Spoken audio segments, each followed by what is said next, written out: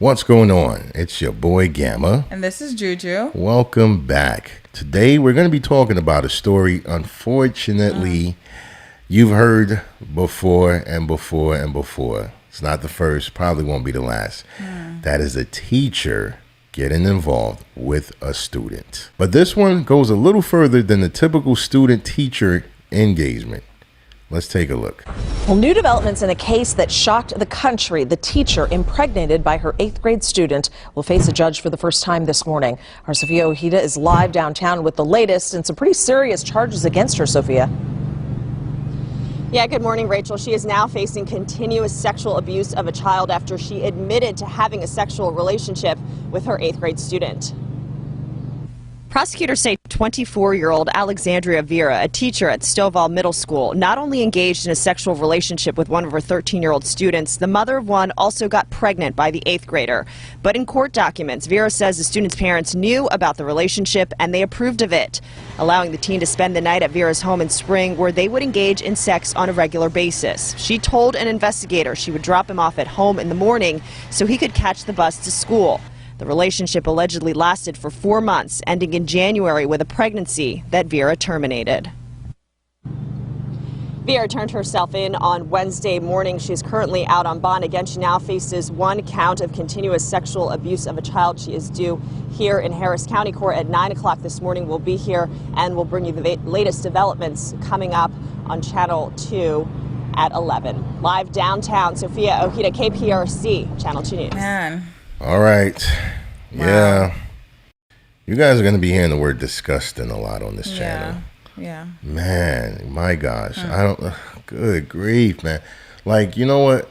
This is something, look, first and foremost, you know, we're 80s babies. I'm just going to put that out there, right? Because growing up, this was almost like a fantasy for a lot of young boys. You know, they used to joke around like, yo, would you get with so-and-so? You know, if you had like an art teacher that was pretty and looked young. And I'm talking about like, we're only in the 5th, 6th grade, you know? Wow. Really just starting to hit puberty and understand what it is to feel any kind of attraction to the opposite sex.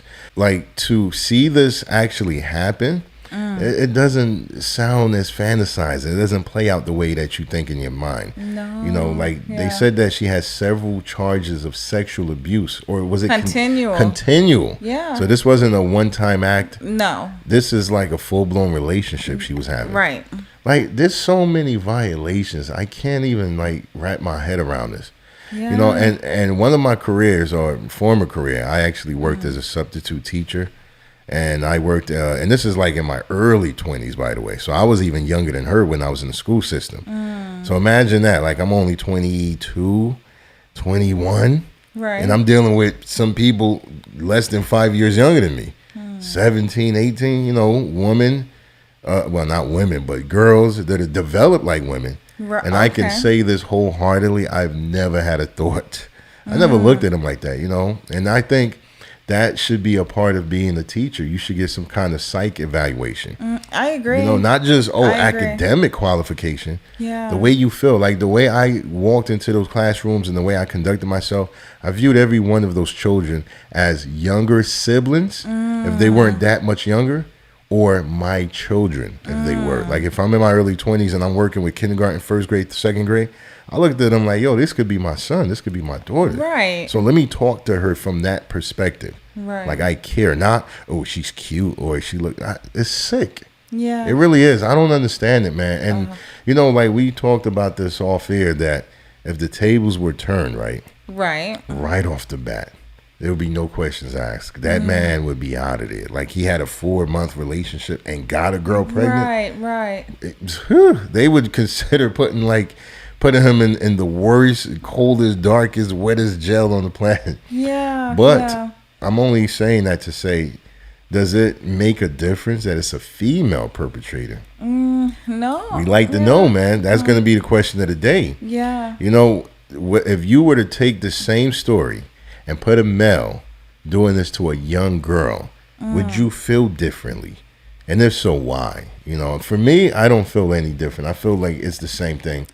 You know, like, what are your thoughts, Juju? I agree. I feel it's the same exact thing, but the thing is with a lot of young people is that they feel like it's a badge of honor, like it's a, you know what I mean? Like there is some type of disconnect, or what do you call it? Double standard. I guess you could say double standards, but there is a different perspective on it or feel to it when it comes to like an older woman. Like, oh, you know, again for the young boys, like, oh, you know,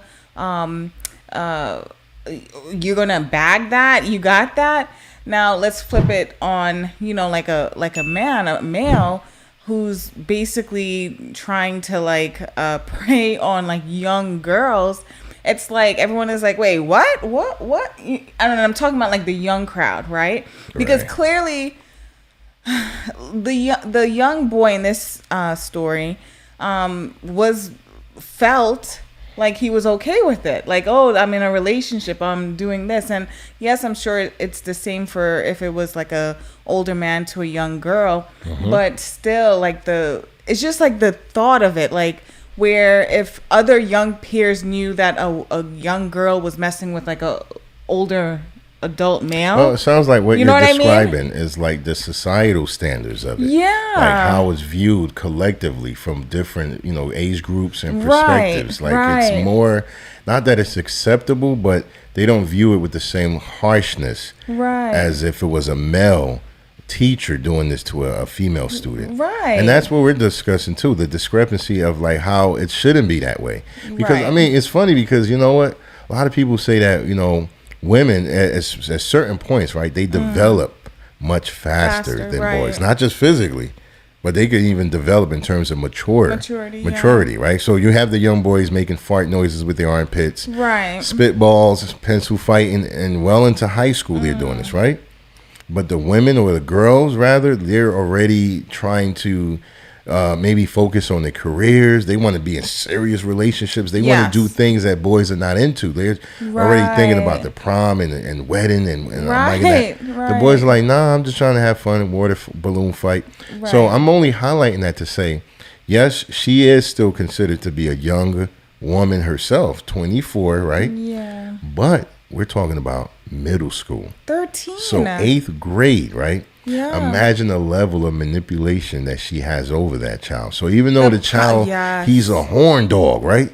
He's just out of his mind. Like he just wants to experience anything physical. He's allowed to touch a woman. Yeah. So in his mind, he's the one that's, you know, has the advantage. Right. He's not being taken advantage of. He may feel like, no, I know what I'm doing. I know what I'm signing up for. But again, we're not just talking about physicality and willingness to do something physical. We're talking about the female knowing all of these barriers that she should have never crossed. Yeah. And also how to manipulate someone that young, you know, because if she was doing this with a grown man, much different level of conversations, etc., expectations, all of that. Yeah. So there is still, you still have to, in my book, you have to look at it the same way, whether it's a grown man or a grown woman. And of course you can, you know, weigh certain factors in as far as emotional and how different young boys may be from young girls. The young girls may have a different level of needs at that same age. The young boys, they're going off of their wants, maybe, you know, their desires are what's driving them more. Right. Where the girls are maybe looking for certain things like affection. Right, like emotion. A predator, a male predator can fulfill the needs. Yeah. You know, pretend that he's going to fulfill the needs where older female predator can fulfill the wants and the desires. That's the only real difference, is how you get in there. In either case, it's still a violation. That's a great breakdown of that. And exactly, it's still a violation to the highest. And then, they're both predators, male or female. Right. Didn't she? It seems like the woman said that the parents knew of this. Yeah. And they condoned it. In other words, they were like letting the boys spend the night. Now we don't know how true that is. But even if it is true, right? Does it change anything? No. All it does is it to me, it incriminates the parents as well. Of course. It doesn't make it better. Like, she actually put that out there. I guess she's ready to take down everyone if she got to go, you know, go down. Right. I mean, look, I don't know if she. Listen, you well said. Basically, if the parents were in on it, they need to be behind bars as well. He's 13. Right. I know in certain states, like the minimum age of consent is like 16. Yeah, I think that's the lowest. Right, the lowest. And even then, I don't know how it goes. I don't know if it's the 16. Parents have to sign off right, on it. Right. If it's because there's still like a certain barrier, right? Like a 16 can be with another 16-year-old. I don't know if a 56-year-old can just come around and grab a 16-year-old. Listen, I don't know the rules. Yeah. And in either case, look, I'll just end it with this.